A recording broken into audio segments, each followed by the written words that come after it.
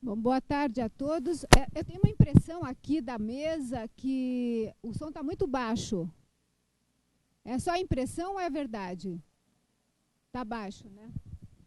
Como é que faz para aumentar esse som? Porque naquele momento, na mesa anterior, eu já tinha sentido isso. Alô? Esses estão ouvindo mais, né? Melhor. Alô, alô? Melhorou? Ok. Então, concluindo minha apresentação, acho que o fundamental já foi dito, não é? Eu estou muito feliz de estar aqui como uma representante da Fundação Rosa Luxemburgo. Quem me conhece sabe que eu tenho trabalho sobre a Rosa Luxemburgo, mas eu estou aqui na qualidade de fã incondicional do Leonardo Padura. Não só do livro que eu gostaria de debater um pouco aqui, que é O Homem que Amava os Cachorros, que eu li primeiro em espanhol, antes de ser traduzido pela Boitempo, reli agora nesta semana para poder participar do debate, reli na tradução brasileira da Boitempo, que aliás está ótima. E sou fã do Padura também pelos romances policiais, em que o personagem de Mário Conde é o personagem principal. E, enfim, me pediram para fazer uma apresentação dele. Eu imagino que a maior parte das pessoas que estão aqui já o conhecem, mas só para garantir, né, que todo mundo saiba de quem se trata. Leonardo Padura nasceu em 1955, em Havana, ou seja, nós somos da mesma geração, você é um pouco mais novo do que eu, então a sua experiência de geração é um pouco também a minha experiência de geração. E ele é jornalista, mas ele se formou em letras na Universidade de Havana, e não sei se vocês sabem, mas atualmente ele escreve semanalmente na Folha de São Paulo, aos sábados, uma crônica, e normalmente sobre Cuba. Ele é escritor, bastante conhecido como escritor. No Brasil, todos os livros do Mário Conde foram traduzidos, todos os policiais, muito antes do Homem que Amava os Cachorros. E as pessoas acabaram lendo os policiais porque conheceram você através deste livro. E voltaram no tempo e foram ler os policiais. Esse foi o meu caso, inclusive, né? E ele recebeu vários prêmios em vários países da Europa, né, como a França, a Itália, recebeu também prêmio em Cuba, e vendeu recentemente os direitos autorais do Homem que Amava os Cachorros para fazer um filme. Então, vamos esperar, nós, os fãs, pelo filme, que eu espero que a gente possa vê-lo em breve. E, sobretudo, o Leonardo Padura está no Brasil neste momento para lançar um outro romance de título Hereges, também pela Boitempo. E ele me disse antes, né, desse começo da mesa, que ele gostaria muito também de falar deste romance. Bom, como nós estamos aqui num salão do livro político, né, eu gostaria justamente de fazer algumas reflexões, né, de a gente começar a conversar, né, aqui com o Leonardo Padura sobre o livro O Homem que Amava os Cachorros. Acabou o som, né? Alô, alô, alô? Alô, alô, alô?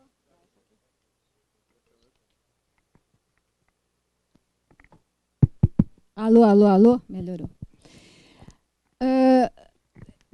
Esta semana eu fiquei relendo o romance. É um romance muito impressionante. Só por uma curiosidade minha, levante o braço quem leu o romance. Então.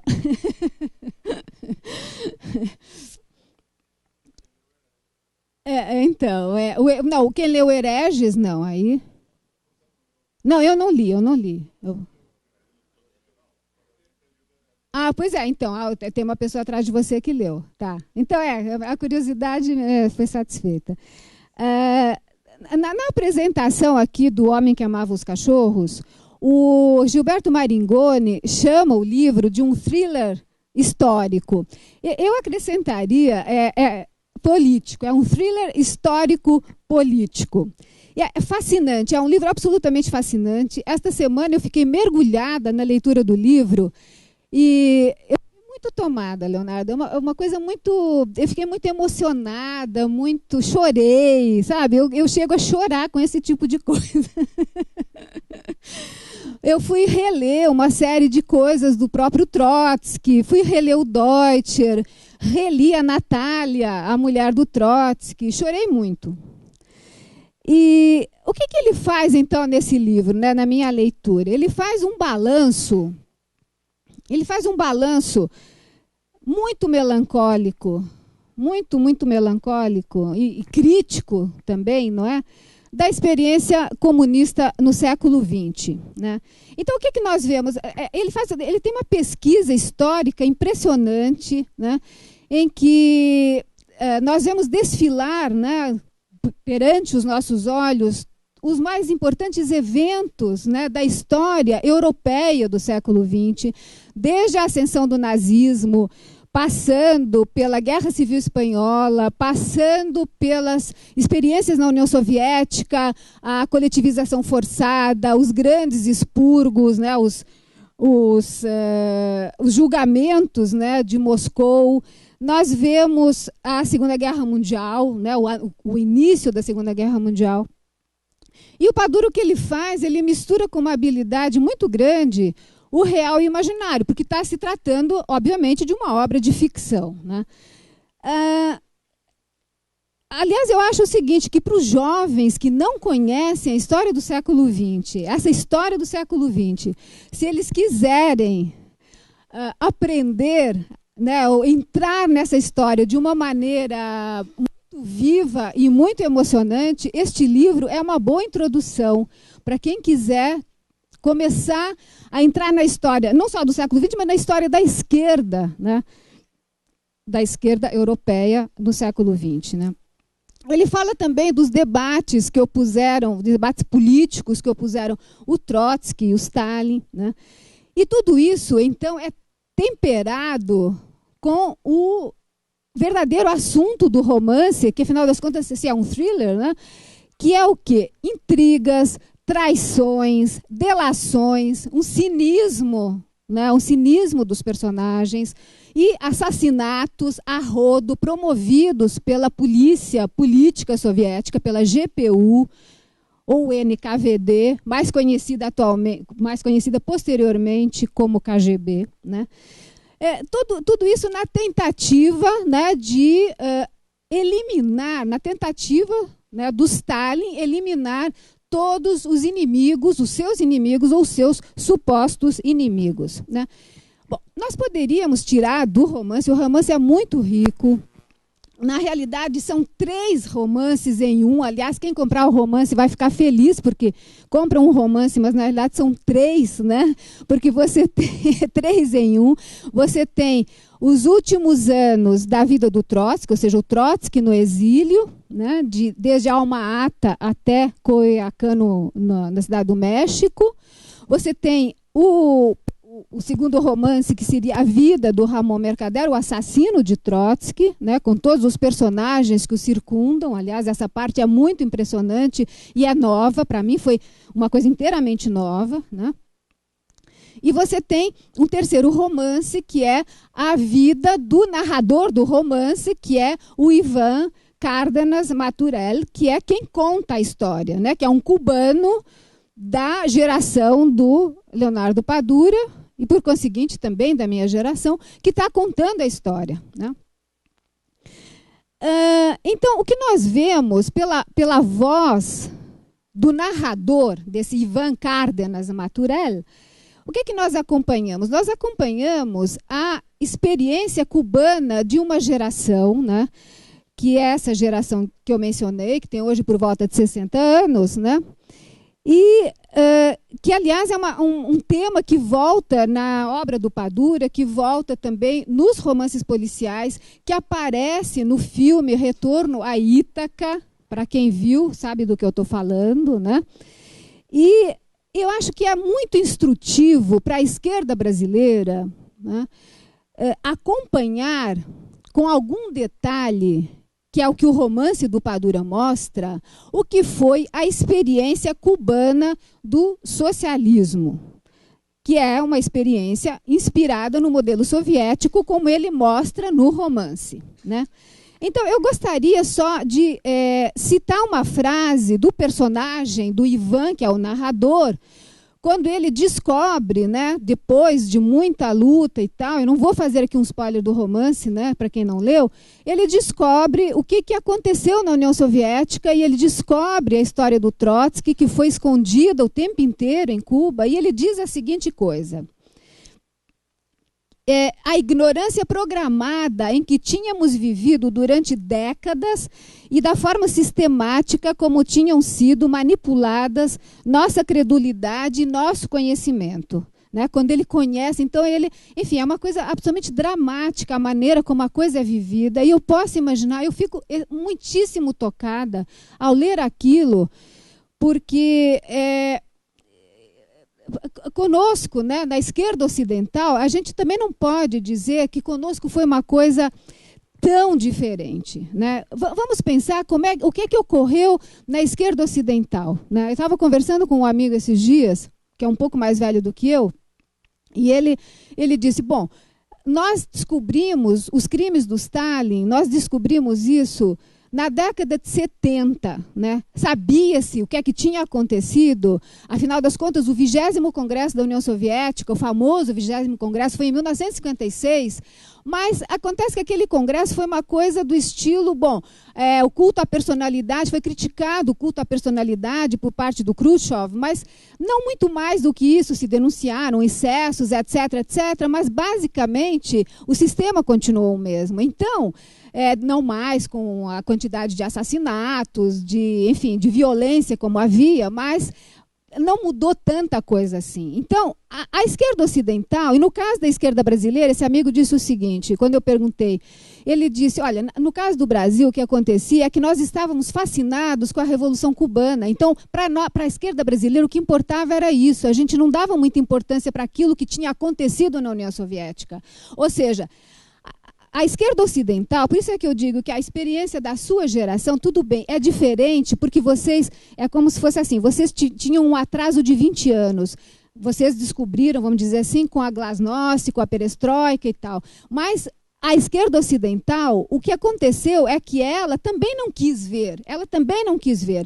E os intelectuais franceses, vou falar dos franceses, porque são os que eu estou mais próximos de mim, os intelectuais franceses se recusaram a acreditar que havia campos de concentração na União Soviética. Um filósofo como Merleau-Ponty, em Humanismo e Terror, ele justificou os processos de Moscou de uma maneira extremamente ambígua. Então, é assim, nós da esquerda ocidental, né, não temos também muito de que nos orgulhar em relação a essa história. A coisa demorou muito e a coisa só veio de fato a público de uma maneira clara que ninguém podia negar, mas mesmo assim havia grande negação nos anos 70, quando o Solzhenitsyn publicou o Arquipélago Gulag. Essa que é a verdade. Bom, então, voltando. O personagem Ivan Cárdenas Maturel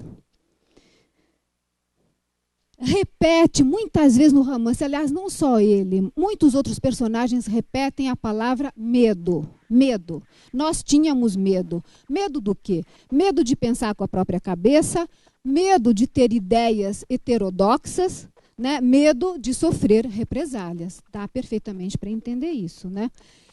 Ou seja, em resumo, este romance, e é isso.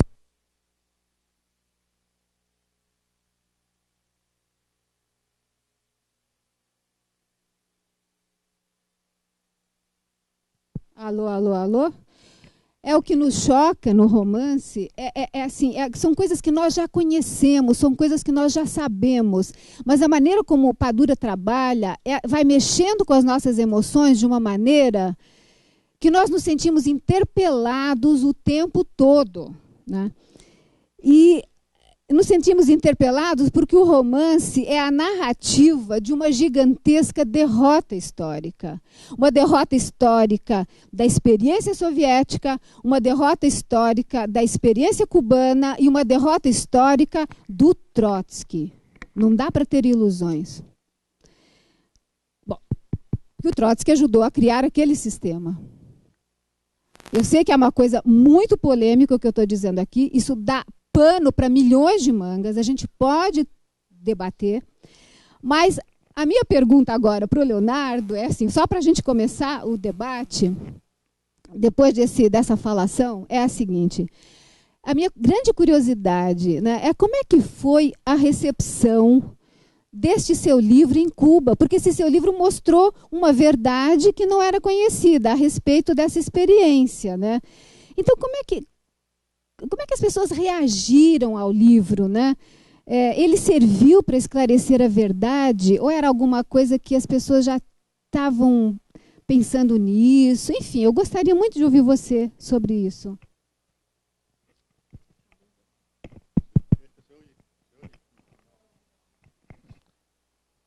Es que tenemos micrófonos desechables. Se usan un rato y se botan. Voy a hablar muy lentamente para que todos me puedan entender bien.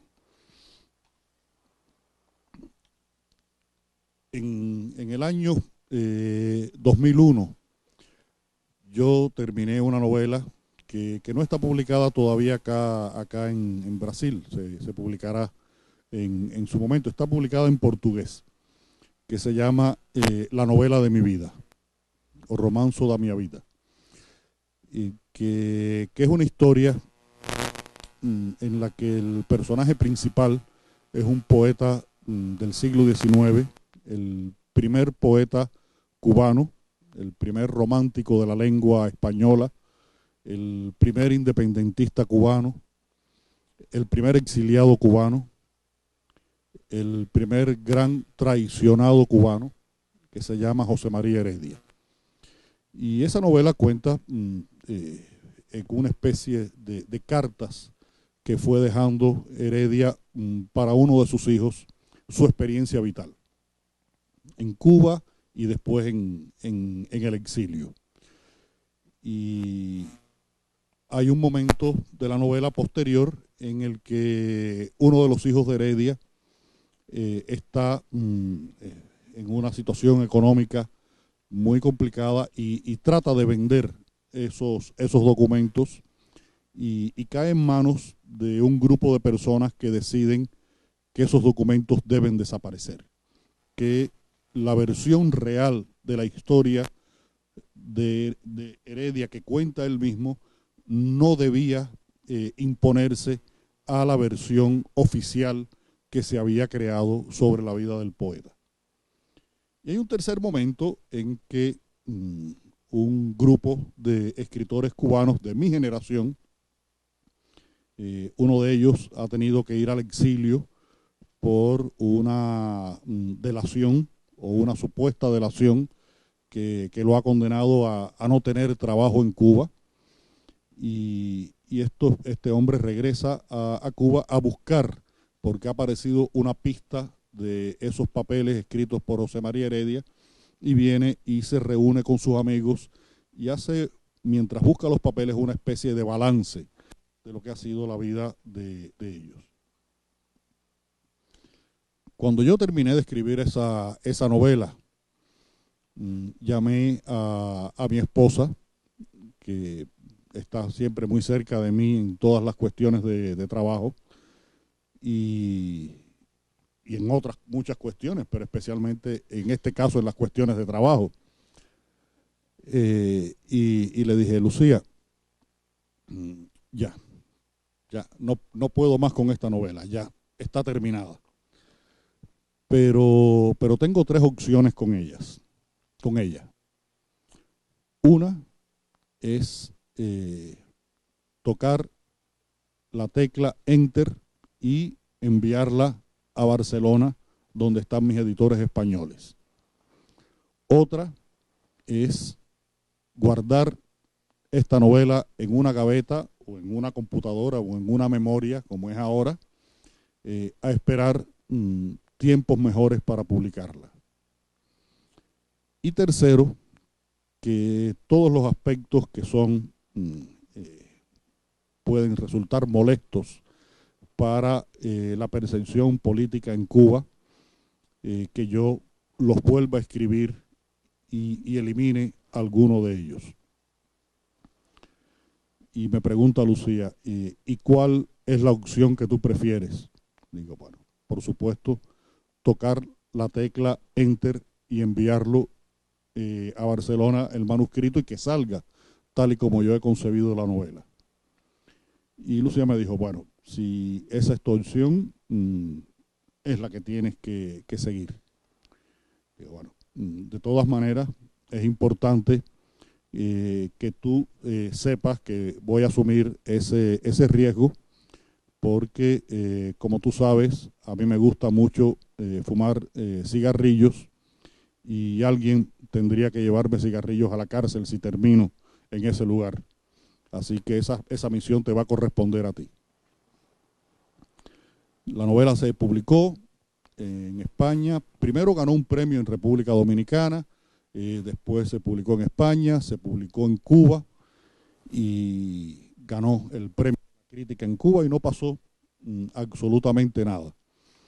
Los lectores cubanos se identificaron muchísimo con la novela y más aún se identificaron los cubanos que viven fuera de Cuba con esa historia que yo contaba de Heredia y su exilio.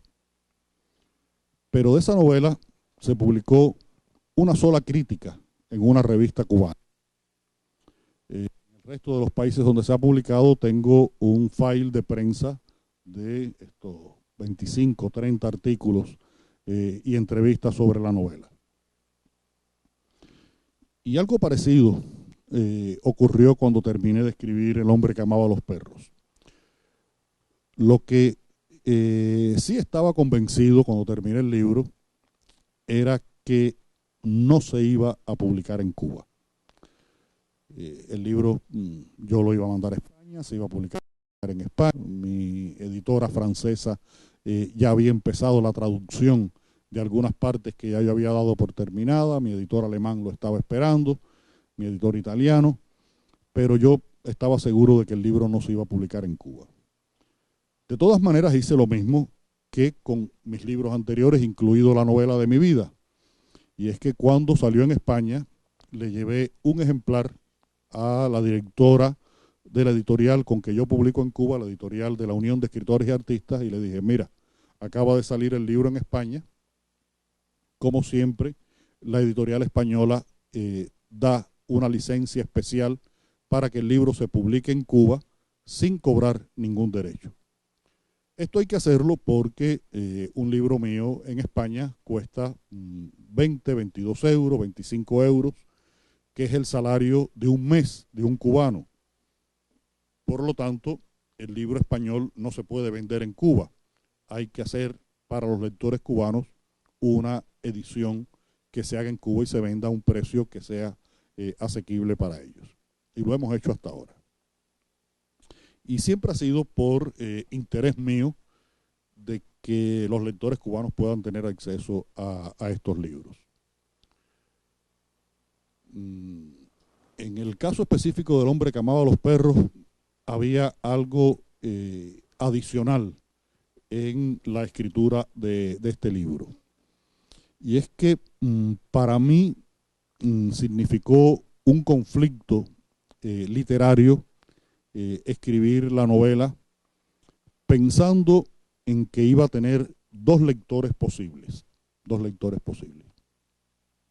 Un lector universal que había podido o había tenido la oportunidad de acceder a mucha de la información que yo utilizaba en el libro.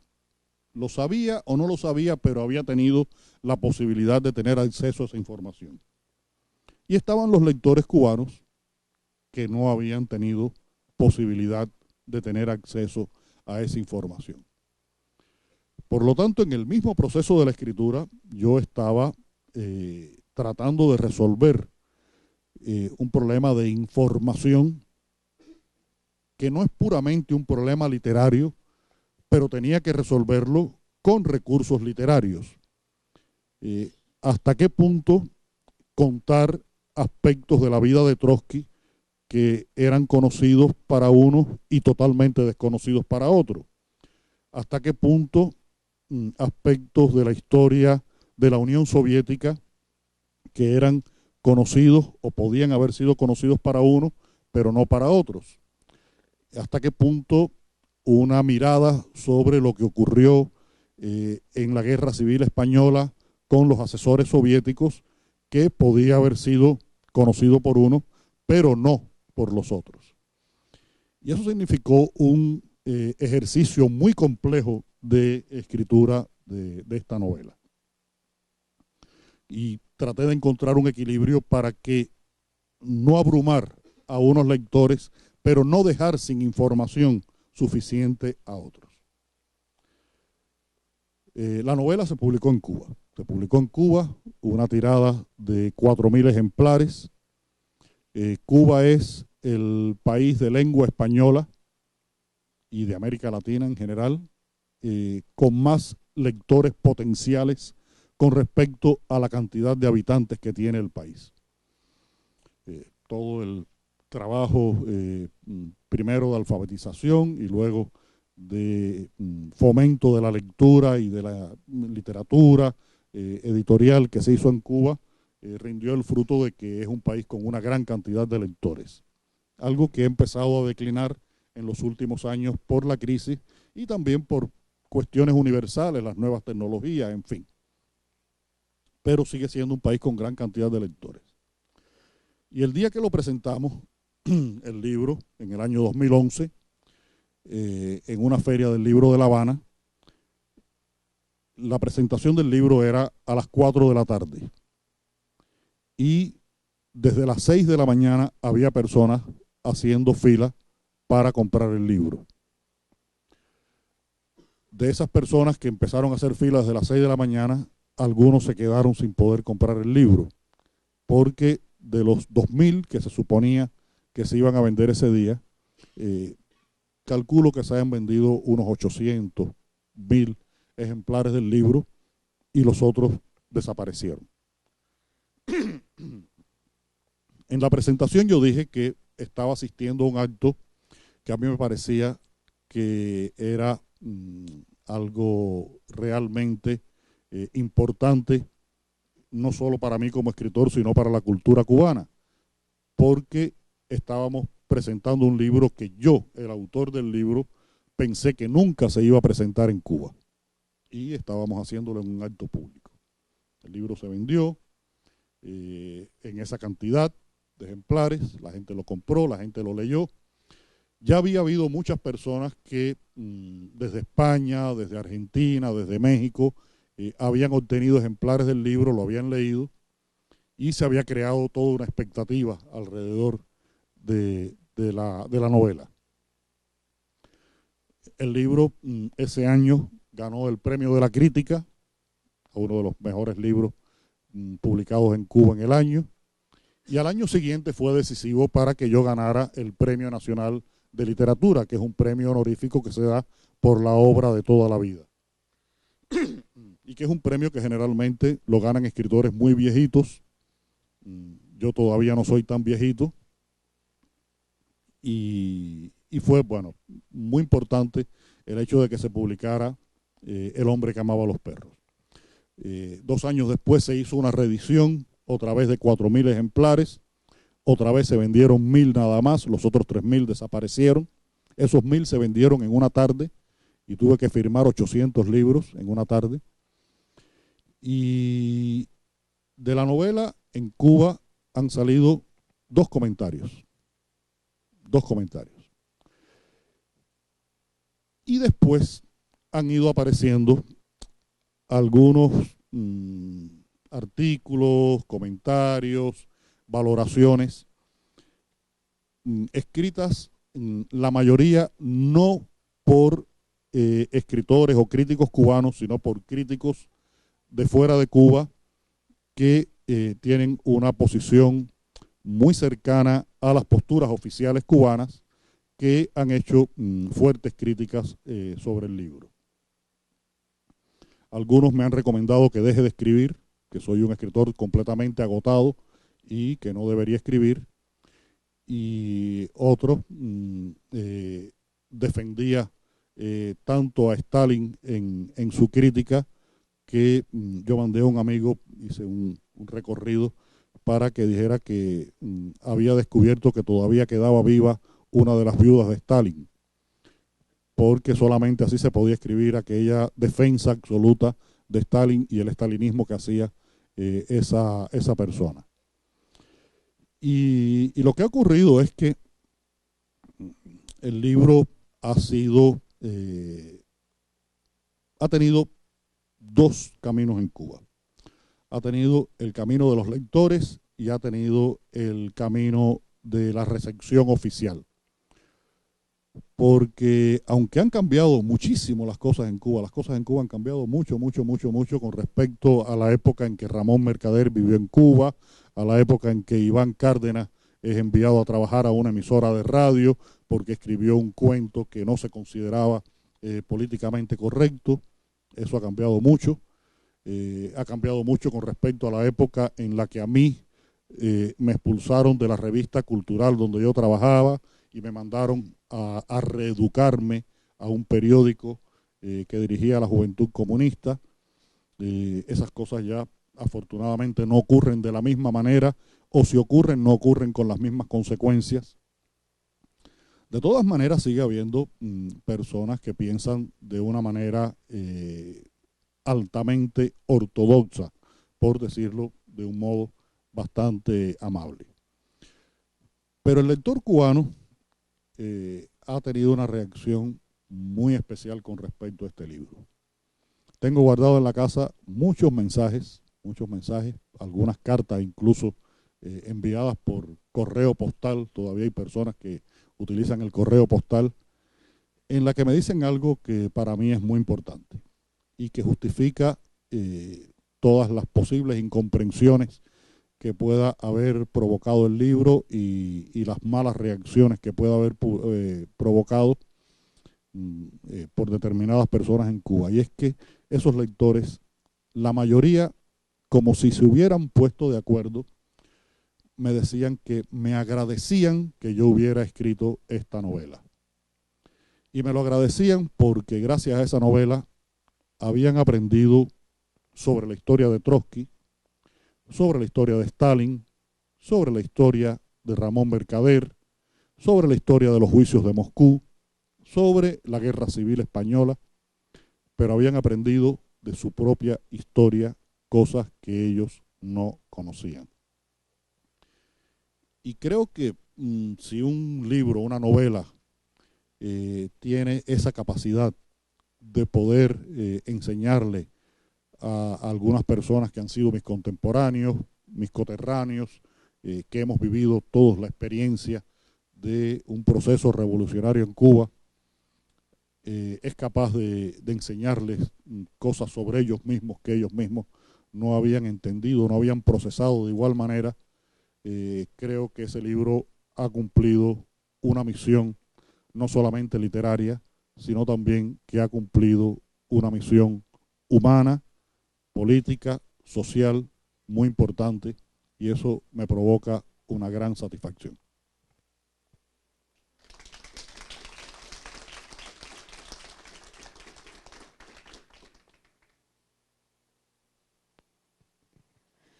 Bom, acho que não tem muito o que acrescentar. Pode, claro. Mas seria legal você perguntar no microfone, né?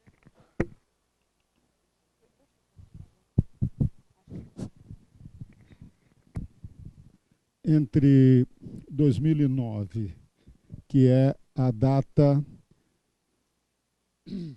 da edição original, e novembro ou dezembro de 2013, que é a edição brasileira, em torno de 2011, se não me engano, estavam lendo o seu livro no original e o recomendaram. O ex-presidente Fernando Henrique Cardoso, numa entrevista à televisão, e a presidenta Dilma, numa entrevista a jornal. Como é que você se sentiu mediante essas indicações? E se em outro país você recebeu um apoio tão importante de tendências tão importantes na política local? Sí, a nivel de grandes figuras de la política, creo que Brasil ha hecho un estudio consciente del libro. Hace 2, 3 meses, en mi última visita acá a Brasil, el presidente Lula me dijo que él también había leído el libro y que era un libro altamente peligroso porque había estado a punto de convertirlo en trotskista. Y bueno, que figuras como Lula, Dilma, Enrique Cardoso lo hayan leído es muy satisfactorio, pero creo que es más satisfactorio que lo hayan leído tantos brasileños, en esa visita que estuve aquí, cuando estuvimos después en Río, que nos acompañó Ivana, la directora de Boitempo, me pasó algo muy satisfactorio para mí como escritor. Ustedes saben que todos los escritores tenemos un ego y ese ego necesita alimento, ¿no? Y me pasó algo que alimentó muchísimo mi ego, y es que en las tardes, cuando teníamos tiempo, mi esposo y yo caminábamos, hacíamos caminatas por allí por Ipanema, y varias personas me detuvieron y me preguntaron si yo era Leonardo Padura, el autor del Hombre que amaba los cachorros. Y le decía, sí, yo soy Padura. Y ha habido una respuesta realmente impresionante. Creo que el libro cayó en Brasil en el mejor momento posible, y de la mejor forma posible. Y ha significado, bueno, una entrada mía muy importante al mercado y a la cultura literaria aquí en Brasil. Espero que esa suerte siga acompañando también a mi novela Herejes, que no es una novela propiamente política, aunque puede tener muchas lecturas políticas, y que sirva para que también el personaje de Mario Conde, que cuando lo descubran más brasileños van a ver que tiene mucha relación con el personaje de Iván, con el personaje de esa otra novela que hablaba, de la novela de mi vida, porque es un personaje que yo utilizo para contar desde una perspectiva más cercana a la realidad cotidiana qué cosa ha sido la vida en Cuba a lo largo de estos años. Siempre desde una perspectiva muy generacional. Yo soy un escritor muy de mi generación, muy de una experiencia muy peculiar, porque yo pertenezco a una generación que fue una generación que participó y creyó en el proyecto revolucionario. Trabajamos para el proyecto revolucionario, participamos de él. Yo cuando tenía 15 años, en 1970, estaba en un campo de caña cortando cañas. Cortar cañas es tan difícil que los aborígenes cubanos, los indios cubanos se murieron, no resistieron ese trabajo, y hubo que traer negros de África para que pudieran hacerlo, y se morían cortando caña. Y a los 15 años yo estaba en un campo de caña con esta mano izquierda mía completamente destrozada de apretar el machete. Y como hice muchas cosas, estuve en Angola un año trabajando. Afortunadamente no fui como militar, fui como periodista. Estuve allí en Angola y vi lo que ocurría en aquel país y el trabajo que hacían los cubanos, los médicos y los maestros cubanos en Angola. Y muchas cosas más. Y también vivimos la crisis de los años 90, imagínense, yo vivo en un barrio de la periferia de La Habana y para llegar a mi trabajo tenía que hacer en bicicleta, en una bicicleta china, que es como decir la antibicicleta, 15 kilómetros para ir y 15 para regresar. Mi esposa también. En un día del mes de mayo, de junio, de julio, en La Habana, con 32 grados y 80% de humedad, se podrán imaginar lo que significa a las 4 de la tarde hacer 15 kilómetros en bicicleta. Todos parecíamos aspirantes a matricular en un campo de concentración, porque estábamos en puro hueso. Y todo eso lo vivimos y lo hicimos.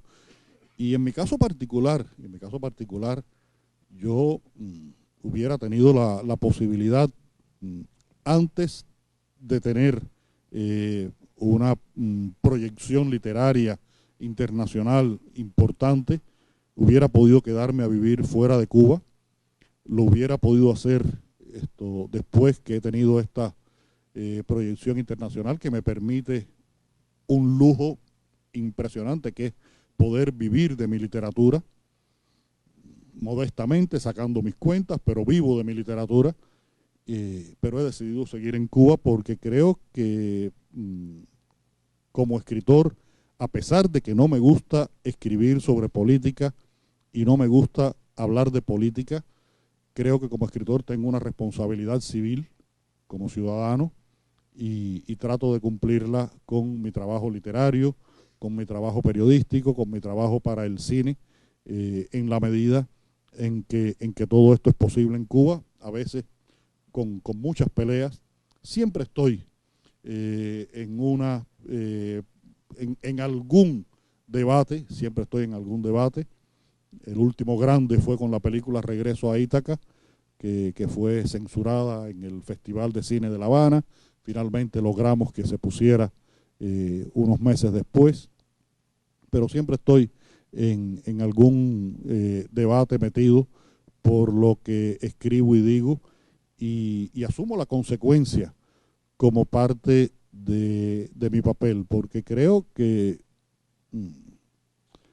no me gustan esas calificaciones, esas valoraciones, pero en esencia pienso que es más revolucionario hablar que quedarse callado, disentir que aceptar sin crítica lo que otros nos dicen que es lo correcto.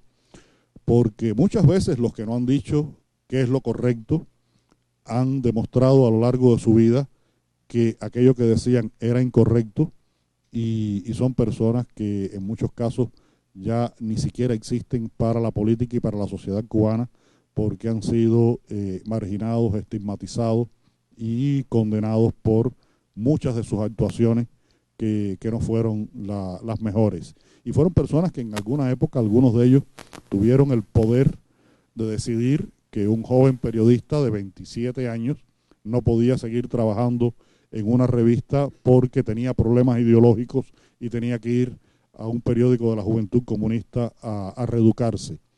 Entre otras cosas porque había propuesto en esa revista que se publicara un cuento de un autor cubano en la que había un joven cubano que se suicidaba por amor, y decían que ningún joven revolucionario se podía suicidar por amor, y porque íbamos a publicar una crónica de Gabriel García Márquez sobre la muerte de John Lennon, y nos dijeron que de John Lennon era mejor no hablar en Cuba. Después Fidel fue e inauguró una estatua de John Lennon en un parque público de La Habana, porque las cosas cambian y Cuba ha cambiado mucho. Eu só queria levantar, deixa eu só levantar mais uma questão. A gente tem um tempo razoável, e aí passa para o público, tá bom assim? Eu só queria levantar mais uma questão, só para uma coisa que é muito comovente no livro e que vale a pena a gente pensar sobre ela, né? que é assim, né? Eu fiquei me perguntando, lendo o seu livro, como é que os seus personagens no livro explicavam a derrota dessa experiência comunista no século XX, né? E acho que digamos, a hipótese, né, mais convincente que é levantada pelos vários personagens é a falta de liberdade, né? E quando eu vi essa coisa da falta de liberdade, independentemente dos problemas econômicos, etc., mas a falta de liberdade para exprimir as suas opiniões, o que pensa da maneira que a pessoa quer, que a pessoa deseja. Eu me lembrei da Rosa Luxemburgo imediatamente. Porque a Rosa Luxemburgo, e aí eu estou fazendo aqui o papel de alguém que é ligado à Fundação Rosa Luxemburgo. Eu não quero esquecer da existência da Rosa Luxemburgo. É importante a gente lembrar que em 1918, um ano depois que os bolcheviques tomaram o poder, a Rosa Luxemburgo escreveu um texto dizendo que, do jeito que as coisas iam na Rússia, né, eliminando a liberdade, as liberdades democráticas, com o fechamento da Assembleia Constituinte, que não ia ter bom resultado aquela experiência, não.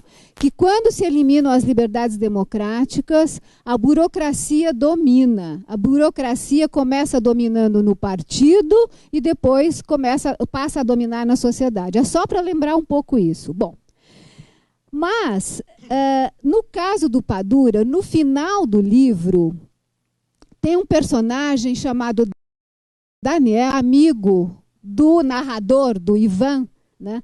E o Daniel, eu quero ler para vocês esse trecho, vale muito a pena. Está bem no finzinho do livro. O Daniel diz o seguinte, que bom, enfim, eu não vou fazer um spoiler, o que é que aconteceu com o Ivan. Ele teve um fim complicado e tal, e o Daniel, então, falando do seu amigo, ele diz o seguinte: enquanto eu lia a história que o Ivan deixou para ele, o Daniel então diz assim: enquanto eu lia, eu fui sentindo como era invadido pela compaixão. Essa palavra aparece muito no seu livro também, a compaixão. Mas compaixão só por Ivan, o amigo dele, né? Só pelo meu amigo, porque ele sim a merece. E muita. Merece-a como todas as vítimas, como todas as trágicas criaturas cujo destino é dirigido por forças superiores que as ultrapassam e as manipulam até as transformarem em merda. Essa foi a nossa sina coletiva. E que Trotsky vá para a puta que o pariu. Se com seu fanatismo de obcecado e seu complexo de ser histórico, não acreditava que existissem tragédias pessoais, mas apenas as mudanças de etapas sociais e supra-humanas. E as pessoas? Algum deles pensou alguma vez nas pessoas? Perguntaram-me e perguntaram a Ivan se concordávamos em adiar sonhos, vida e todo o resto, até que se evaporassem, sonhos, vida e o raio que o parta, no cansaço histórico e na utopia pervertida. Ou seja, a experiência coletivista, né? Ou seja, o fetichismo do coletivo, que é isso que aconteceu, era um fetichismo do coletivo, da coletivização. As pessoas passaram por cima dos sonhos individuais como um trator, né? As pessoas não importavam. Bom, nessa experiência, né, na experiência daquele período, né, então, quando ele fala em compaixão, a palavra compaixão é importante neste romance, pelo seguinte: para nós não sermos também anacrônicos. O romance do Padura não é anacrônico em momento nenhum, no sentido de fazer um julgamento daquela experiência passada como alguma coisa que não... Ah, que horrível, não entendo, que bobagem. Não, ele tenta entender por que as pessoas se comportavam daquele jeito. Por que alguém como Ramon Mercader foi transformado num autômato, mas como aquilo fazia sentido, de alguma forma, para aquela parte do mundo, aquilo fazia sentido naquele momento. Daí a compaixão. Compaixão porque ele também tinha sonhos. O Ramon Mercader tinha o sonho de transformar o mundo, só que transformar o mundo de uma maneira completamente equivocada, adulterada, de uma maneira vanguardista, vamos dizer assim, porque havia alguém que sabia o que era bom para todos, né, sem que os outros lá embaixo participassem dessas decisões, porque não havia liberdade, etc, etc. Enfim, essa ideia da compaixão é uma ideia importante, eu acho, né, porque dá um pouco... e daí a tristeza que o seu livro provoca, a tristeza, a melancolia profunda, porque a gente reconhecer que esse sonho, né, pelo qual lutaram tanto foi derrotado, mas ao mesmo tempo a utopia não foi derrotada, porque no capitalismo, do jeito que as coisas vão, a utopia é alguma coisa que jamais será derrotada, ela permanece viva de alguma forma, com outras características, o que a gente quiser. Mas a minha pergunta, então, seria a seguinte: já que o capitalismo venceu em toda a linha, no momento, né, bom, em Cuba você tem uma experiência diferente da nossa, mas a experiência do Ocidente é uma experiência em que o capitalismo, no momento, é vencedor, absolutamente vencedor. A esquerda está resistindo do jeito que pode, de uma maneira, às vezes, super complicada, mas está num plano da resistência somente, né? Eu fico me perguntando, bom, as pessoas, né, a gente está vivendo num momento em que o individualismo é exacerbado, o capitalismo exacerbou esse individualismo ao máximo, então o coletivo simplesmente desapareceu. No momento em que nós vivemos não tem mais a ideia de coletividade, de solidariedade, nada desse tipo, né? Então, eu não sei, eu fiquei pensando, né, nessa resposta que o Daniel dá no fim, eu concordo com ela, mas aí me veio essa pergunta na cabeça, mas será que no capitalismo, como é que a gente resolve, como é que a gente resolveria, o que seria a utopia hoje, né? Nós precisamos da liberdade, não há dúvida nenhuma, né? Mas e o coletivo, como é que fica? O sonho coletivo, né? A solidariedade, não sei. Queria que você falasse um pouquinho disso. Sí, este es un tema muy complicado. La experiencia del siglo XX, de cómo se pervirtió una gran utopía social, de la creación de la sociedad de los iguales, es una tragedia histórica de la cual tal vez paguemos las consecuencias durante muchas generaciones. Tal vez paguemos las consecuencias durante muchas generaciones. No se puede pretender crear una sociedad mejor si esa sociedad mejor no se basa sobre la verdadera libertad y la verdadera democracia. Porque si siempre por el bien común hay un poder en una persona o en un grupo de personas que nos dicen obligatoriamente cuál es la manera de lograr ese bien o cómo es que tenemos que trabajar para lograr ese bien, pues ya el espacio de libertad no existe. Es complicado. Y eso no permite que haya realmente una posibilidad de establecer esa utopía igualitaria. Hay veces que uno en el análisis histórico de este pensamiento tiende a tener incluso una especial simpatía por los anarquistas, ¿no? Porque de alguna forma son los que más se acercan a ese tipo de pensamiento, aunque después hay cosas que hacen con la cabeza que la rompen con los pies y no terminan, y al final se dogmatizan también. Al final crean muchas veces un dogma porque es que una sociedad tiene que organizarse para poder lograr ese bien común, y no solamente con anarquía se logra.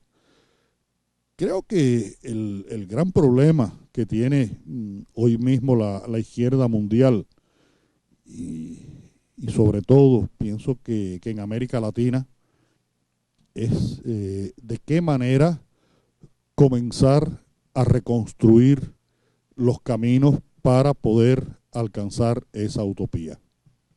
Como dije, no creo que en una o dos generaciones sea posible recuperar esa posibilidad, pero el hombre no puede dejar de soñar con una sociedad mejor, porque si bien el comunismo fracasó como proyecto utópico en el siglo XX, el capitalismo ha fracasado como proyecto económico, social, político, prácticamente en todas sus manifestaciones. Ya se sabe que, por ejemplo, América Latina lo conoce muy bien. El modelo capitalista lo que ha hecho es polarizar las sociedades y convertirlas en sociedades donde hay una minoría con gran poder económico y una gran mayoría sin poder económico, lo cual significa que muchas veces le cuesta mucho trabajo también tener poder político. Experimentos como el que ha ocurrido aquí en Brasil con el PT me parece que es muy alentador.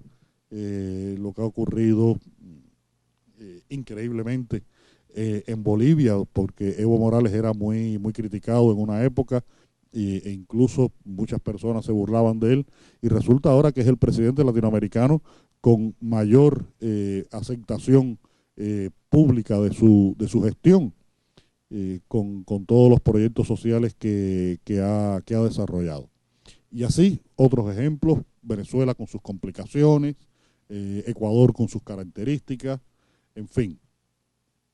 Y está el caso cubano. El caso cubano, que es muy complicado porque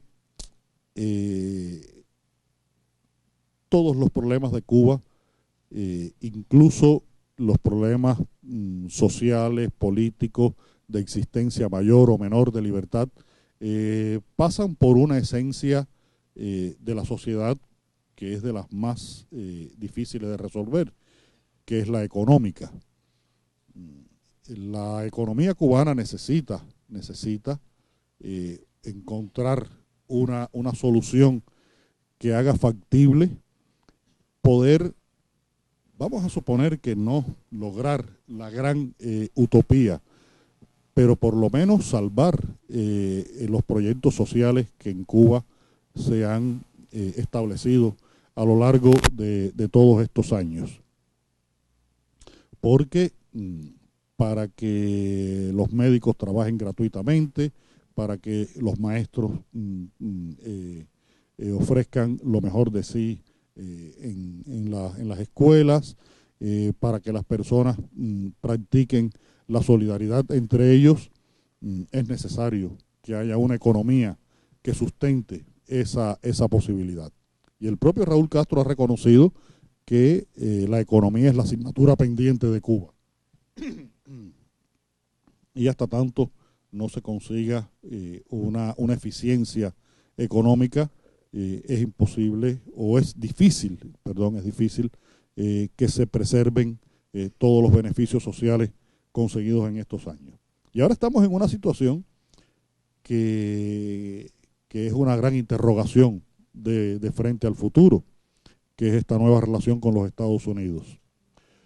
Yo creo que es mucho mejor, sin duda, y soy optimista en ese sentido, que haya unas relaciones, si no normales, al menos cordiales con los Estados Unidos, que haya una situación de enfrentamiento, de hostilidad entre los dos países. Hemos vivido muchos años en esa condición y es complicado. Ahora queda pendiente un tema económico fundamental, que es el embargo, que todavía sigue insistiendo. Y bueno, si algún día, en un futuro no muy lejano, se levanta el embargo norteamericano a Cuba, habría que ver lo que significa eso económicamente para Cuba. Es una situación muy delicada, muy difícil de predecir cómo se va a producir, pero ocurra lo que ocurra, creo que el ser humano, el hombre, sigue necesitando pensar que es capaz de construir una sociedad mejor, e incluso en las sociedades que hoy se consideran mejores, tener la posibilidad de soñar de que esas sociedades pueden seguir mejorando, de que el progreso es posible y que se puede llegar a él.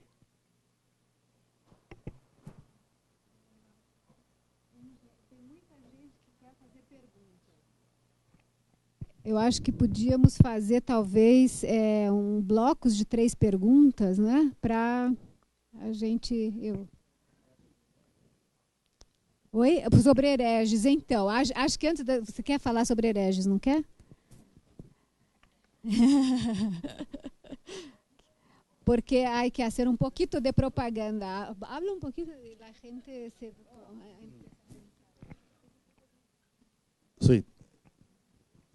Empezamos a hablar a qué hora? A las 4:30 más o menos, ¿no? No, a las 5. A las 5. Bueno, Herejes. Herejes es la novela que escribo después que terminé El hombre que amaba a los perros. Es una novela que me llevó 4 años de trabajo entre investigación y escritura. Y es una consecuencia del hombre que amaba a los perros, pero en un sentido conceptual muy diferente. Mientras en El hombre que amaba a los perros, la política llegaba, es lo que siempre digo, llegaba a la novela, tocaba la puerta y sin esperar respuesta abría la puerta y entraba. Yo traté de cerrarle la puerta a la política en Herejes. Y traté de hacer una novela en la que fuera fundamental el concepto filosófico, el concepto humano, la necesidad existencial de las personas, de la práctica de su libertad. No quería que tuviera una lectura solamente política, aunque es posible una lectura política. Quería que tuviera una lectura que fuera mucho más abarcadora en lo social, porque la libertad, el deseo de la libertad y los precios que se paga por ejercer la libertad de los hombres es un tema que ha recorrido a la humanidad desde sus orígenes y que nos acompaña todavía hoy. Vivimos acechados por muchísimos poderes que tratan de coartarnos nuestras libertades. Algunos poderes conocidos y otros que son muy civilinos, que se ocultan mucho, como es el poder del mercado. El mercado prácticamente decide cómo vivimos cada uno de nosotros hoy, muchas veces sin darnos cuenta de que estamos respondiendo a las leyes del mercado. Pero bueno, en general es una novela que se mueve por la historia y por la geografía, con 4 historias. Una de ellas ocurre en Ámsterdam en el siglo XVII, en la época de Rembrandt, cuando un judío sefardí, de los que habían huido de España y de Portugal huyendo de la Inquisición, decide que él lo que quiere es ser pintor. Y como estaba prohibido por las leyes mosaicas, entra en el estudio de Rembrandt como el muchacho que barre los pisos. Y ahí empieza todo un aprendizaje del arte de la pintura y se va convirtiendo en un hereje para la religión y la cultura a la que él pertenece. Y allí, bueno, se pinta un cuadro específico, que va a ser uno de los nexos que va a recorrer toda la novela, que es una serie de estudios que hizo Rembrandt, en los cuales utilizó un modelo judío para representar la humanidad de Cristo. Eran retratos de Cristo en los que él estaba tratando de representar la humanidad de Cristo a través de jóvenes judíos que vivían ahí en su barrio, y este pintor es uno de los modelos que utiliza Rembrandt. Hay otra historia, que es la primera que aparece en la novela, no hay un orden cronológico en ella, que es la de un joven judío, pero askenazi, que está en Cuba esperando que lleguen sus padres, que vienen en un barco que después se hizo famoso, el San Luis, donde venían 900 y tantos judíos, a los cuales no se les permitió desembarcar en Cuba, ni en los Estados Unidos, ni en Canadá, y tienen que regresar a Europa en junio del año 39, y la mitad de esas personas murieron en el Holocausto. Y esta es la historia sobre todo de cómo un adolescente judío, sintiendo el peso histórico y personal de lo que significa ser judío, decide dejar de ser judío y convertirse en un cubano. Y es todo el proceso de apropiación de otra cultura de este personaje, muy inspirado en la historia real de un escritor de origen judío polaco, cubano, que fue muy amigo mío, Jaime Zaruski se llamaba, que era, siendo de origen judío y polaco, uno de las personas más cubanas que he conocido. Y bueno, este hombre tiene una historia turbia en Cuba, se va a los Estados Unidos como tantos judíos, pero ocurre que los judíos que vivían en Cuba, la mayoría se fueron de la isla entre el año 59 y 60. Fueron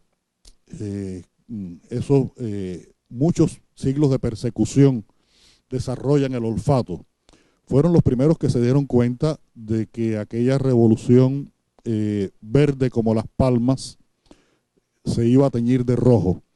Y, y dijeron, nuestros negocios los vamos a perder, y fueron los primeros que salieron de Cuba. El 80% de la comunidad judía cubana emigró entre 1959 y 60.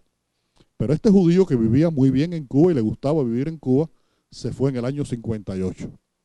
Y hay una historia que Mario Conde debe investigar, porque el hijo de este judío ha venido de los Estados Unidos para saber qué pasó con su padre. Y cuento un tercer momento en esta novela, contemporáneo, de la historia de una joven que pertenece a una tribu urbana, la de los emos, estos que usan piercing en la nariz, se pintan los ojos de negro, el pelo por la cara. Sí, es algo totalmente postmoderno, postindustrial, que curiosamente junto con otras tribus urbanas han florecido en Cuba socialista. Existen estos jóvenes. Y es una manera de practicar una libertad individual, no pertenecer a la masa, pertenecer al grupo elegido. Y esa joven ha desaparecido, y mi personaje de Mario Conde, que ya no es policía, se dedica a comprar y vender libros de segunda mano, por su curiosidad decide empezar a investigar qué ha pasado con esta joven, y desde una posición primero de rechazar a estos jóvenes que son tan raros, que tienen una filosofía tan extraña, de incluso de agredir el propio cuerpo. A partir de una actitud de rechazo, llega a una actitud de comprensión, a una capacidad de comprensión de por qué estos jóvenes, que serían los nietos de la revolución, quieren apartarse de todos los códigos establecidos y vivir su propia vida.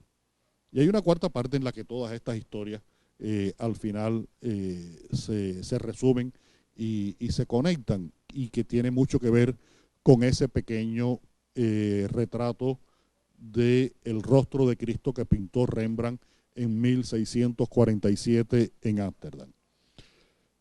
Como decía, es una novela sobre la libertad, sobre los riesgos que implica la práctica de la libertad, y creo que bueno, los que ya van conociendo mi obra encontrarán aquí muchas claves de lo que he trabajado a lo largo de estos años, con una investigación histórica muy, muy extensa.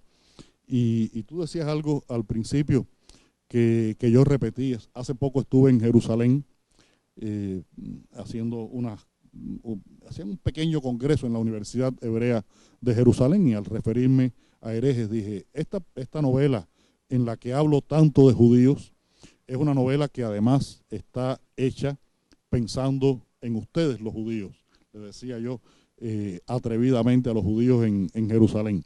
Porque cuando se publique en hebreo, verán que por el precio de una van a comprar 4 novelas. Y eso es lo ideal para un judío. Ese es el mejor negocio que puede hacer un judío.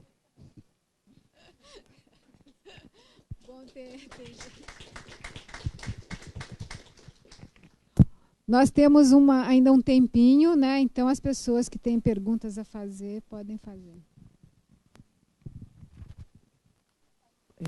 Bom, tá me ouvindo? Se ouve? Fala o nome, né? Por favor, se identifica. Sim, claro. Eu sou Silvia César Misculin, estudora, e venho há alguns anos pesquisando a história de Cuba, sobretudo a questão dos intelectuais, escritores e publicações dos anos...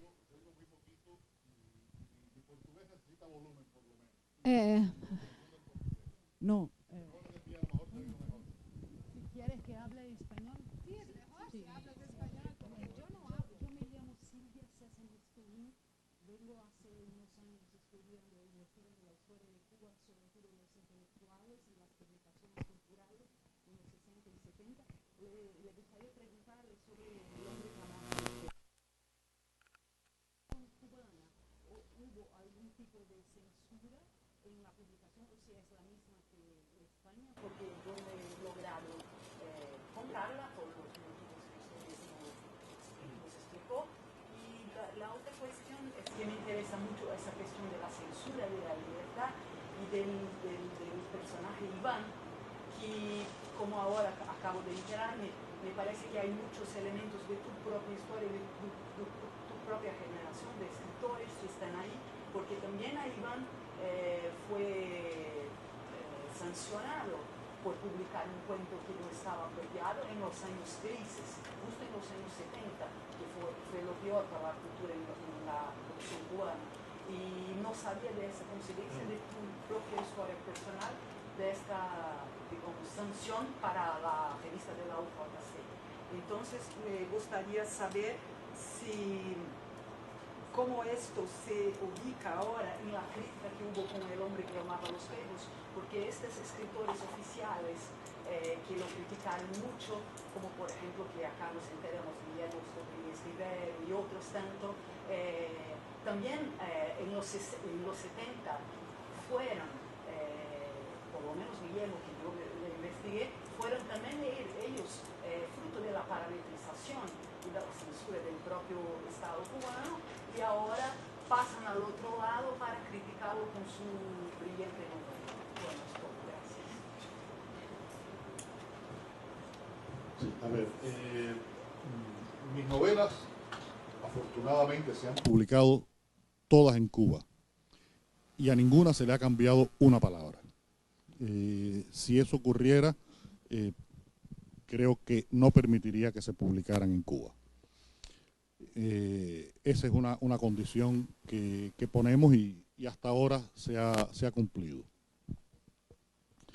El problema es que la circulación es bastante limitada, pero de todas maneras, cuando alguien en Brasil compra este libro, lo lee él, lo lee su esposa, lo leen sus hijos y a lo mejor lo lee el papá o la suegra. Pero en Cuba, y tú que has estudiado la cultura cubana lo sabes,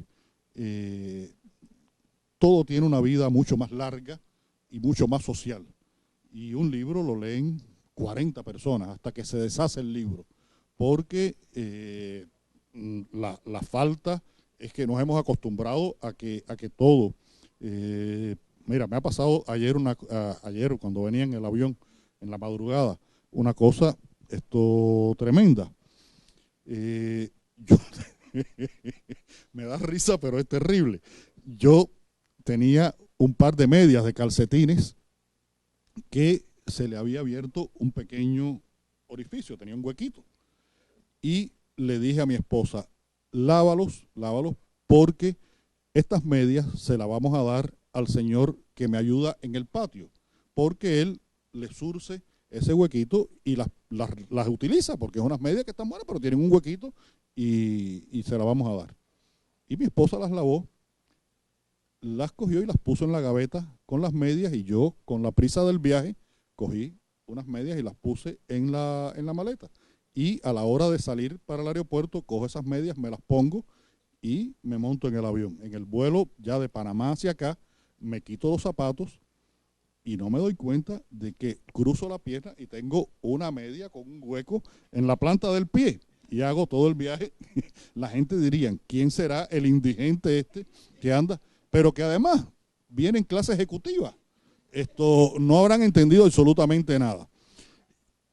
Porque esa media tiene una utilidad para otra persona. Y pasa lo mismo con los libros. En fin, que hemos aprendido a que en Cuba nada se vota hasta que ya no da más.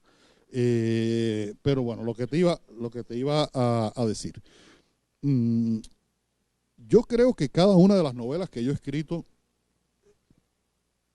ha sido el resultado de una necesidad personal, y el hecho de que se hayan publicado en Cuba es el hecho o la demostración de una evolución de la permisibilidad cultural que se ha ido ganando en Cuba. Pero hay un elemento más complicado. Y es que yo creo que, por ejemplo, la primera de mis novelas policíacas, que este año cumple 25 años, Pasado Perfecto, yo la escribo en el año 1990. 5 años antes, en el año 85, a mí no se me hubiera ocurrido escribir esa novela. Y creo que a nadie en Cuba se le hubiera ocurrido escribirla, y por supuesto publicarla hubiera sido absolutamente imposible. Es que uno evoluciona con la sociedad, con el contexto que lo rodea, y afortunadamente también la realidad y los contextos han evolucionado. En los años 70 en Cuba se vivió una época de un férreo control cultural, de marginación de escritores, cineastas, músicos, bailarines, actores, por razones que hoy nos parece simpaticísimo que el Papa Francisco vaya a Cuba y le pida a todos los cubanos que recen por él, y en la televisión oficial un comentarista diga, y todos los cubanos vamos a rezar por usted, Santo Padre. Esto sin contar conmigo, que no rezo por nadie. Es decir, ahora, antes si rezabas, te botaban de la universidad. Ahora, si no rezas, eres casi que un apestado, porque la orden ahora es rezar por el Papa. Entonces, cambian mucho las cosas, y bueno, creo que entre que no cuenten conmigo para los rezos antes de que me voten de una escuela de letras por rezar, es preferible que no cuenten conmigo, ¿no? Entonces, bueno, han cambiado mucho la situación. En cuanto a los mecanismos de censura, el problema es que la industria cultural cubana pertenece al Estado cubano y responde a los intereses del Estado cubano. Pero también lo que ocurre es que la industria cultural cubana ya es incapaz de responder a las necesidades de creación de los artistas cubanos. La mayor parte, por ejemplo, del cine cubano se está haciendo al margen del Instituto Cubano de Cine. Se está haciendo con producciones independientes de gente que buscan el dinero debajo de la tierra. Algunos con más posibilidades, otros con menos posibilidades. La mayoría de los escritores buscan editoriales fuera de Cuba. Los pintores, galerías fuera de Cuba y exposiciones fuera de Cuba. Hay en Colombia, en México, en los Estados Unidos, en España, infinidad de actores cubanos que trabajan en esos lugares. Por lo tanto, lo que está ocurriendo es que, hay un caso que es más dramático porque ha sido muy acelerado, que es el caso de los deportistas.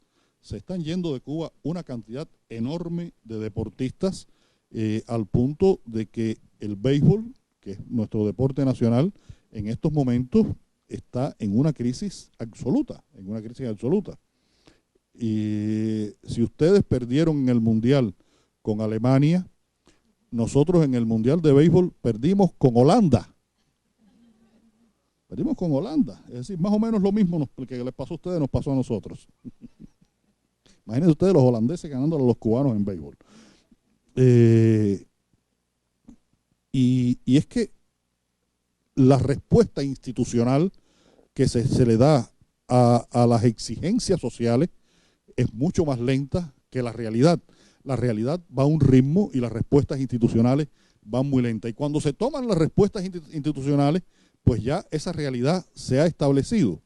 Se va a hablar, o ya se habla, de la posibilidad de la contratación de jugadores cubanos de béisbol en ligas extranjeras en el momento en que hay 200 jugadores de béisbol, los 50 de más talento jugando fuera de Cuba, 200 que ya juegan fuera y los 50 de más talento jugando fuera de Cuba, porque no se dio una respuesta en el momento adecuado por parte de las instituciones. Lo mismo pasa con el cine, lo mismo está pasando con la literatura.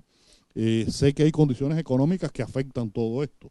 El cine institucional no se puede hacer porque no hay dinero. Las editoriales cubanas no pueden publicar más libros porque no tienen dinero. Pero hay que buscar alguna solución creativa,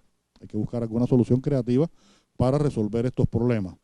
Y muchas veces la opción termina siendo, bueno, los productos que se han hecho al margen de las instituciones, si lo que reflejan no es lo que a mí me interesa, o si ese deportista no es una persona que hizo su gestión deportiva de frente a las autoridades cubanas, sino de espalda, pues lo margino, lo invisibilizo, lo censuro, que es más o menos lo mismo en distintos grados o categorías, pero es lo mismo.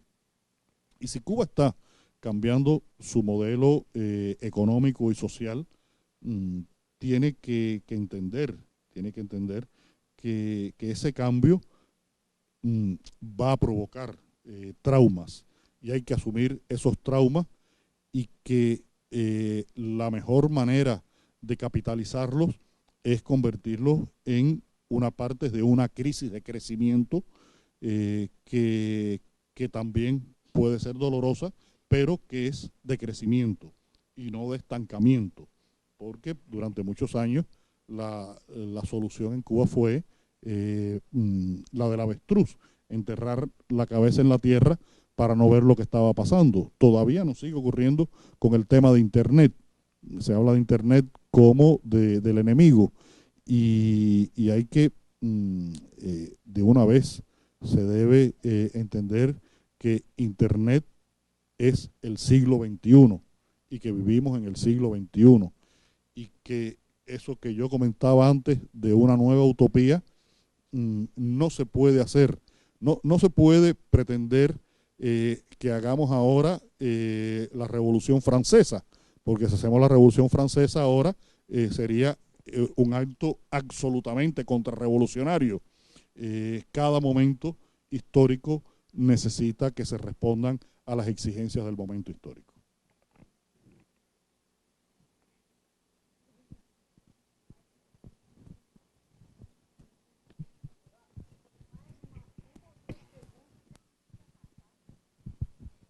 Oi, boa tarde. Eu queria agradecer a Isabel por ter contado um pedaço do livro que eu ainda não li. Depois a gente conversa lá embaixo.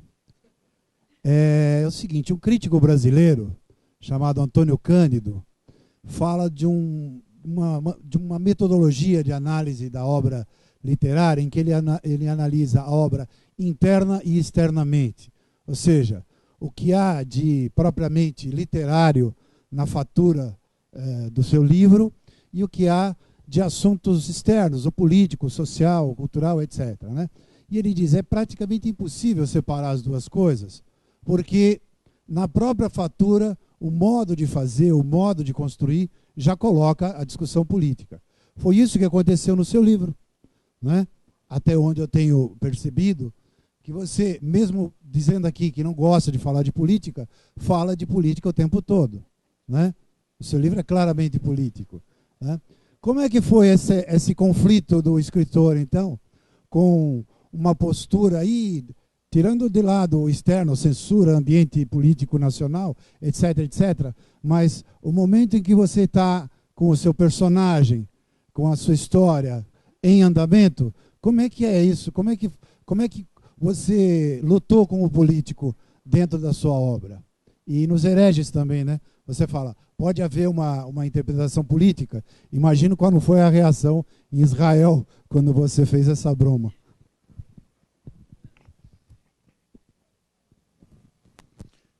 En el proceso del trabajo literario, yo trato de trabajar con la mayor libertad que mi conciencia me permite.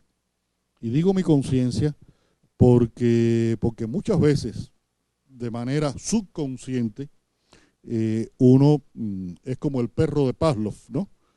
Uno sabe que cuando hay un silbido empieza a segregar saliva de manera involuntaria. Y uno sabe que hay cosas que pueden, de manera incluso asumida ya subconscientemente o muy profundamente consciente, de que pueden ser complicadas. Pero trato de escribir con la mayor libertad, de que soy capaz a pesar de esas posibles limitaciones. Porque creo que primero a los censores hay que darle trabajo. Hay que darle trabajo, porque si uno le garantiza el trabajo al censor, gana su salario sin hacer nada.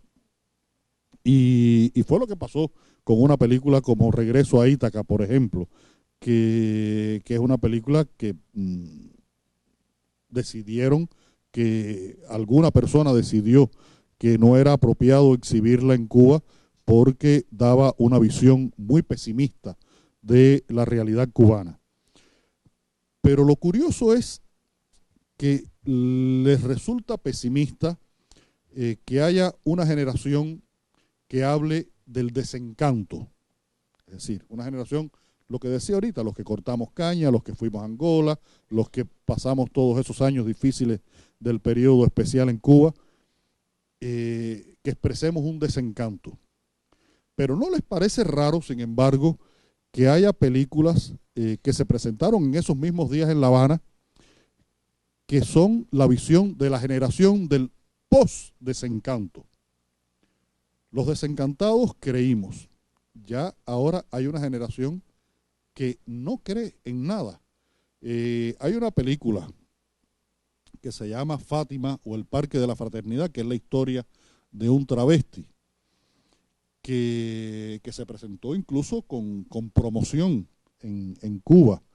Y es una película en la que es un país el que se representa, en el que aparentemente no hubo una revolución.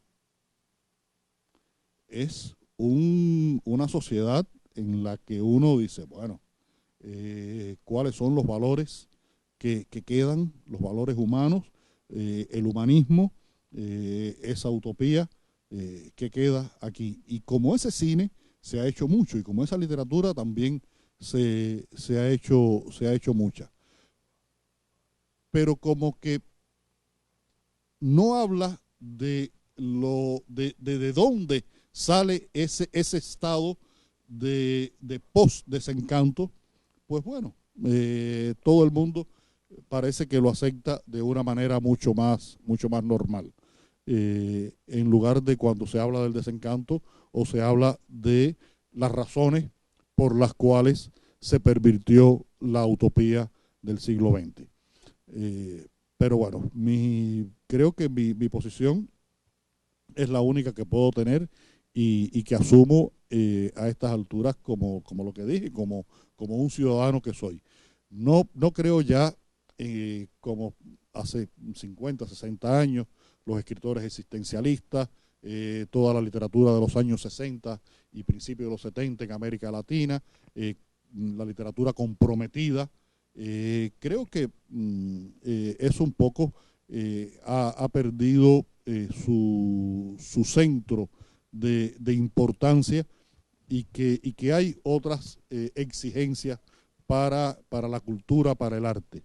Pero creo que la responsabilidad social y civil no desaparece en el trabajo de un artista, o si uno no quiere, no tiene por qué desaparecer. Y es mi caso, yo no quiero que desaparezca esa responsabilidad civil y social.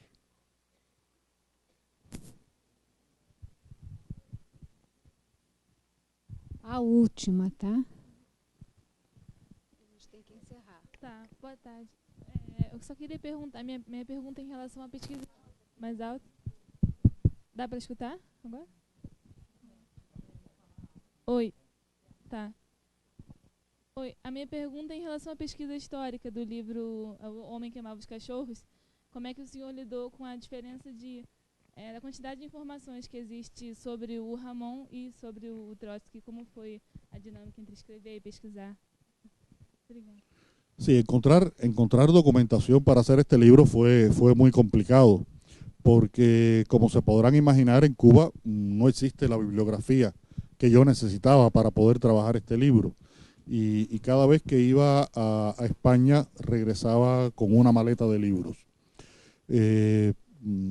Me pasó una vez que regresaba a Cuba, yo siempre regreso a Cuba con una maleta de libros, o dos, porque vivo de los libros, y además, como los libros míos se publican en España, en Francia, en Italia, tengo que traer de esos libros a Cuba, y siempre regreso con dos maletas de libros. Y la única vez que me preguntaron en la aduana cubana, porque a veces se mitifican cosas, no, en Cuba no se puede entrar tal literatura. Yo he entrado todos los libros sobre Trotsky, sobre la guerra civil, los libros más anti-estalinistas que se pueden imaginar, yo los he entrado por el aeropuerto cubano, por donde lo voy a entrar. Y un día traigo varios de mis libros de España. Lo que ocurrió fue que los metí todos en un maletín muy pequeño. Y me paran en la aduana. ¿Qué lleva usted ahí? Bueno, no, yo libros. ¿Y qué libros lleva? ¿No? Mis libros. Y bueno, déjeme ver. Bueno, saco 2 o 3 y dice, está bien. Bueno, el problema es que el otro día había una persona que entraba en Cuba con 60 Biblias. Y eso no lo podemos permitir. Estos son los mismos que están diciendo que rezar por el Papa. Y entonces, como ya mi problema se había resuelto, dígole, y ahora fue que descubrieron que la Biblia es un libro subversivo. Fue ahora que lo descubrieron, porque eso hace mucho tiempo que otras personas lo descubrieron, ¿no? Y bueno, fue una investigación muy complicada por esa necesidad de buscar información. Y ocurrió algo con estos dos personajes que tú preguntas, que es muy importante en el libro. Trotsky es un hombre que su vida está biografiada día por día, desde que nació hasta que murió, incluso después que se murió, porque incluso tiene una autobiografía, Mi vida, que termina en el año 1929, y por eso yo empiezo mi novela en el momento en que Trotsky termina su autobiografía. Entonces hay una sobreabundancia de información respecto no solamente a su biografía, sino a su pensamiento, a su labor histórica, sobreabundancia de información. Pero Ramón Mercader solamente existe porque fue el hombre que el 20 de agosto de 1940 le clavó el piolet en la cabeza a Trotsky. El día antes nadie sabía quién era Ramón Mercader. Pero es que incluso el día después de haber matado a Trotsky, tampoco nadie sabía quién era Ramón Mercader. Ese hombre se llamaba Jacques Mornar y salió de la cárcel llamándose Jacques Mornar 20 años después. Y todavía, cuando muchas personas se referían al asesino de Trotsky 15, 20, 25, 30 años después, seguían hablando de Jacques Mornar y no de Ramón Mercader. Lo cual implicaba que la información que existía sobre Ramón Mercader era muy poca y muy manipulada, en el sentido en que le habían creado una personalidad y le habían creado una historia. La única biografía más o menos organizada que existía sobre Ramón Mercader era un libro de apenas 200 páginas que su hermano Luis Mercader le había dictado a un periodista español. Y por supuesto que era un libro que trataba de rescatar a la figura de Ramón. El malo de toda esa historia era ya estamos hablando de los años 90, en España viviendo Luis Mercader. El malo de toda esa historia eran Stalin y Beria.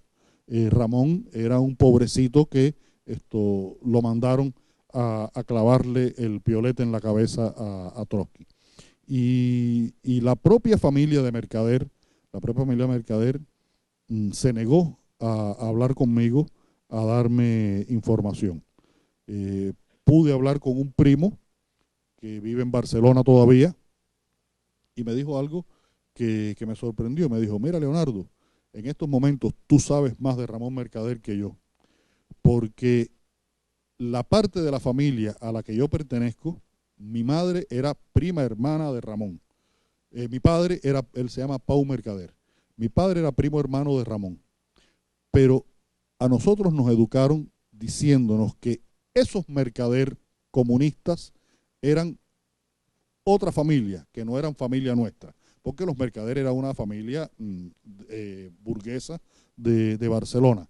Y después de la guerra civil, te podrás imaginar que decir que tenías un pariente comunista, nadie quería decirlo en España, y menos si eran gentes como Ramón y su madre, Caridad Mercader. Por lo tanto, fue muy complicado lograr ese conocimiento, pero a la vez fue muy beneficioso desde el punto de vista artístico, porque me permitió establecer un contrapunto entre la sobreinformación y la poca información. Y de esa manera creo una dinámica entre los dos personajes en la cual la víctima y el verdugo se iluminan y se complementan unos a otros, porque muchas de las cosas que se llegan a conocer de Ramón Mercader se llegan a conocer a través de Trotsky, porque ese señor Jackson Monard, o Frank Jackson, como se llamó también en ese momento en el que está en México, se le puede construir una pequeña historia a partir del conocimiento que tuvieron las personas cercanas a Trotsky de este personaje. Y después la historia posterior es muy complicada, porque en Moscú se le permitía reunirse nada más que con un grupo de personas a Ramón Mercader, y en Cuba con un grupo de personas más limitado todavía. En Cuba era Ramón López, y incluso cuando lo entierran en Moscú, lo entierran como Ramón López, no como Ramón Mercader. Es decir, que solamente después de los años 90, cuando desaparece la Unión Soviética, es que en su lápida, en el cementerio de Moscú, donde está enterrado, él recupera su apellido de Ramón Mercader y empieza a ser una figura de la que se empieza a tener algunas noticias, pero que todavía siguen siendo muy, muy tergiversadas, muy manipuladas, como fue toda la vida de Ramón Mercader.